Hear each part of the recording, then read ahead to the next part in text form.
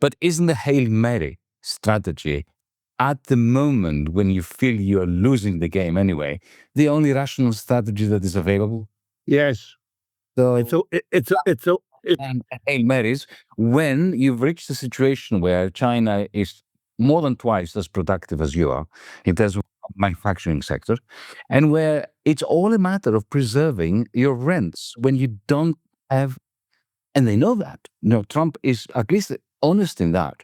The United States no longer has the productive capacity, not even to build nuclear submarines, let alone super fast trains.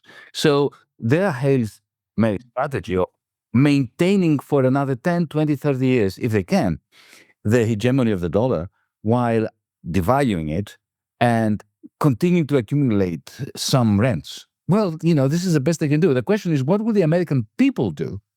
Because they are going to be sold down the drain, whether that Hail Mary works or not. If it works, they will still be thrown. Well, someone at the beginning, I believe, mentioned Hegel. Yeah. And what Yannis does as a good student of Hegel too is remind us, quite rightly, that the irrational is the rational. It's not either or. It is that strange combination, which is the only way to understand all of these things. It reminds me of when people here say about something that happened, it happened for no reason. The Russians invaded Ukraine for no reason, an unprovoked attack, as if that exists. Every attack is provoked. You either understand it and find the provocation, or you avoid it. But the notion that it isn't there, that says something about your reasoning if you understand what Hegel taught us.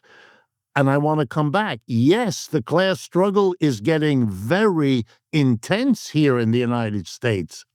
We have a revival of our labor movement, the likes of which we haven't seen for 75, 80 years.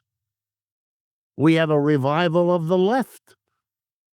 Every Saturday now, there are mass demonstrations in front of Elon Musk's Tesla showrooms. You can't buy a Tesla here. You can't get through the demonstrators to get into the room to negotiate the purchase. The government has to promise severe penalties to people who deface the Tesla on the street, which they're, of course, doing anyway. They can't stop it. There are movements here, again. I don't know how long I will be able to speak freely anymore, because things are really, Yannis knows he's had to live through these half a dozen times. But for Americans, this is very frightening. You hear the word fascism in this country more often now than I have for a long, long time.